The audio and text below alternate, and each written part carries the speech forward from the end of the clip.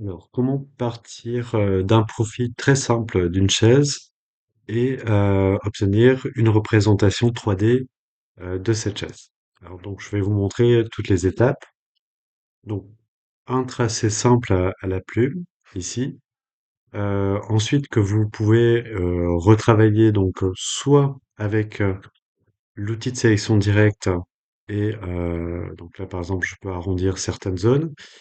Donc je peux accentuer plus ou moins les arrondis si je prends un seul point. Ici, donc je vais me mettre ici, je sélectionne juste ce point-là. Voilà. Et après, on verra par rapport à la 3D, on pourra poursuivre notre profil pour que ça se mette à jour sur la chaise. Alors, donc j'ai besoin d'un tracé. Ensuite, donc au niveau des palettes, vous allez avoir besoin de la palette 3D et matière. Donc 3D matière est ici dans menu effet, extrusion et biseau. Voilà, qui vous donne accès aux fonctions. Je vais devoir retravailler aussi ma forme ici, de manière à mettre des pointillés. Donc pour ça, je vais utiliser la palette aspect, qui va me permettre de faire ça. La palette aspect, vous la trouvez dans le menu fenêtre et vous allez tout en haut, je pense. Voilà, vous cochez aspect dans le menu fenêtre, qui va vous permettre de contrôler les attributs de contour et de fond. En l'occurrence, ici, on n'a pas de fond. Donc, on verra après les styles graphiques, ça je le laisse de côté pour le moment. Donc, je vais sélectionner ma forme et dans la palette aspect, je vais travailler les contours. Donc, vous pouvez travailler l'épaisseur ici. Pour avoir accès au panneau des contours, vous cliquez sur le mot contour en souligné en pointillé. Et donc là, vous pouvez gérer l'aspect. Donc par exemple ici, on peut mettre des bords arrondis ici. Je peux éventuellement épaissir un petit peu ici, je vais mettre 0,25. Alors c'est peut-être un peu fin, donc je vais mettre 0,5 ici. Ensuite, alors toujours dans les contours, je vais faire en sorte d'avoir ces pointillés. Alors c'est une chaise que je vais faire en plusieurs temps. Donc l'assise et le dossier que je vais représenter de cette manière avec des lames de bois ou autre. Mais je vais avoir besoin aussi de la structure porteuse de l'élément. Donc je vais dupliquer cet objet une fois pour faire ma structure porteuse. Alors je reviens sur le motif principal et je vais le paramétrer avec les contours et je vais paramétrer le fait qu'il soit en pointillé. Donc dans les contours, vous cochez la case pointillé. Vous voyez apparaître ici une séquence qui vous permet de définir des pointillés avec un tiret, un espace. Donc vous pouvez créer des types de lignes hein, très spécifiques avec un espace plus long, très long, très court par exemple. Je vais zoomer un petit peu pour voir quand même comment ça se présente. Voilà, c'est pas mal. J'aimerais bien que les bouts arrondis ici ça soit un peu plus court. Donc je vais revenir sur opacité, pardon, sur contour. Et ici, je vais mettre, on va mettre des valeurs. On va voir ce que ça donne ici. Alors, mon premier test, c'est 1 mm de tiré et un espace de 1 mm. Il faut compter l'arrondi qui vient en plus hein, de la longueur du segment. Donc il faudra que je retravaille la longueur de mon tiret. Je vais mettre 0,5, on va essayer. C'est encore insuffisant, donc je vais descendre ma valeur, je vais mettre 0,3. Bon, ça devrait être pas mal.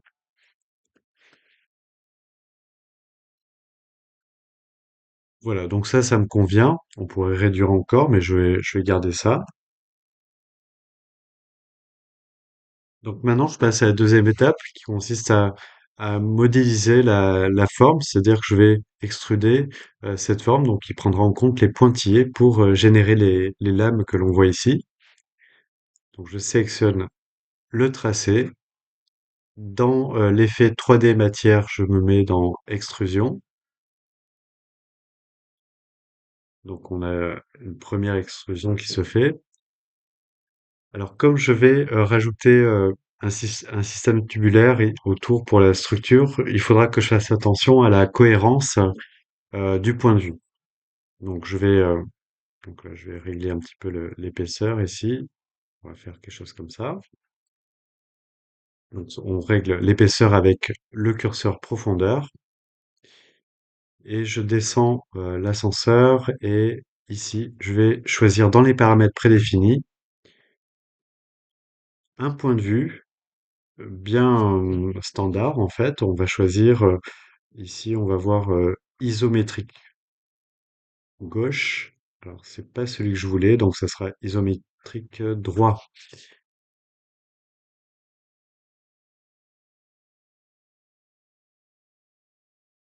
Bon, finalement j'opte pour isométrique gauche ici.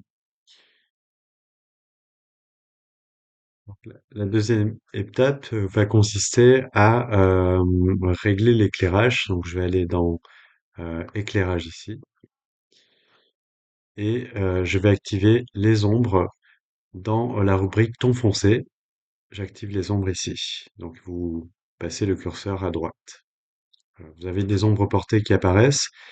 Il y a un petit réglage à faire de façon à ce que la projection des ombres se fasse correctement. Donc, vous choisissez la position. Dans la position, vous choisissez sous l'objet.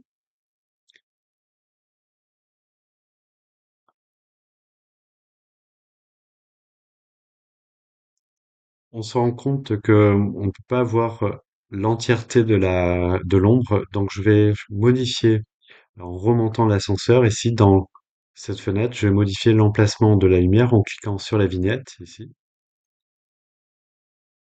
voilà, de manière à raccourcir un petit peu les ombres, c'est-à-dire que je mets la lumière plus au zénith ici pour avoir toute mon ombre. Donc à vous de choisir ce que vous voulez ici pour l'ombre, donc il faut orienter la lumière et l'ombre s'ajustera.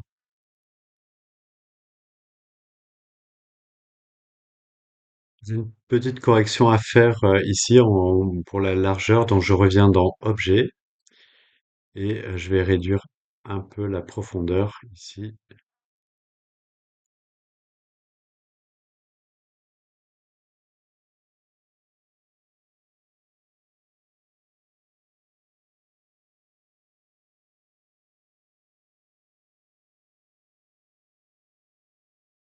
Donc quand vous avez trouvé la bonne formule en termes de position, orientation, ombre portée, ce que je vous conseille de faire, c'est de sauvegarder ce réglage dans les styles graphiques. Comme ça, vous pourrez le reporter à d'autres objets tout en conservant les mêmes caractéristiques. Alors c'est très simple à faire. Donc pour la palette style graphique, il faut aller dans Fenêtre et activer style graphique pour l'avoir dans l'environnement.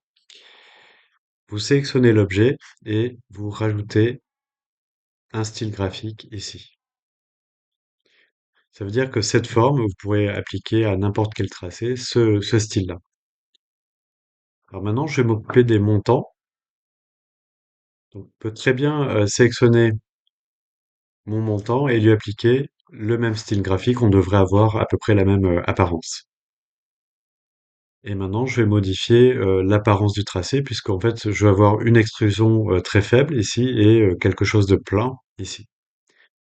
Donc, c'est la palette aspect qui va me permettre de contrôler tout ça. Vous voyez que la palette aspect donne l'historique de l'ensemble des réglages que vous avez créés, fait sur l'objet. Et donc, je reviens sur les contours et j'enlève tout simplement les pointillés. Donc là, j'obtiens une surface plane. Et ensuite, dans la palette 3D matière, je vais réduire simplement l'extrusion ici pour obtenir un montant. Donc là, je vais mettre 1 pixel ou 1 millimètre, hein, si vous êtes en millimètres ici. Bon, ça peut améliorer un peu le rendu de l'élément tubulaire, en supposant qu'il soit métallique, par exemple. Donc au niveau des couleurs du contour, donc toujours dans la palette aspect, je vais cliquer sur le cadre blanc ici et je vais mettre un petit dégradé ici qui fera varier la lumière sur l'objet. Alors maintenant, il suffit simplement de de positionner l'objet ici, contre la forme. Alors, l'ombre portée, malheureusement, ne passe pas dessous, donc je vais la désactiver dans 3D et matière. Donc, je reviens sur l'éclairage et je désactive donc l'éclairage de 3D et matière et je désactive ton foncé, donc qui correspond aux ombres pour faire disparaître l'ombre. Alors, petite difficulté, si vous souhaitez passer l'autre montant derrière, donc là, si je duplique l'objet, je me rends compte que je reste en premier plan. Donc, vous n'avez juste à faire une seule chose. En fait, vous sélectionnez l'objet, vous faites un clic droit et vous choisissez disposition arrière-plan pour le placer en arrière-plan. Voilà. Il y aura un petit ajustement à refaire sur l'ombre portée. Donc là, je sélectionne les lames de bois ici, enfin les lattes. Je vais dans éclairage et je vais réajuster l'éclairage pour éviter de voir l'ombre apparaître ici. Donc il faudra déplacer le curseur de façon à ce que on ne voit plus l'ombre dessous. Alors, ça peut être un peu compliqué, donc il vaut mieux dans ce cas-là le mettre peut-être comme ça. Faites des tests hein, de votre côté. Ça c'est ça c'est pas mal. Voilà, l'objet est fini. Donc, si vous voulez le stocker quelque part et le récupérer, bah, le meilleur moyen, c'est de prendre la palette symbole dans le menu fenêtre et ensuite vous sélectionnez vos objets en faisant un cadre autour et vous cliquez sur plus ici pour faire le nouveau symbole pour pouvoir le récupérer.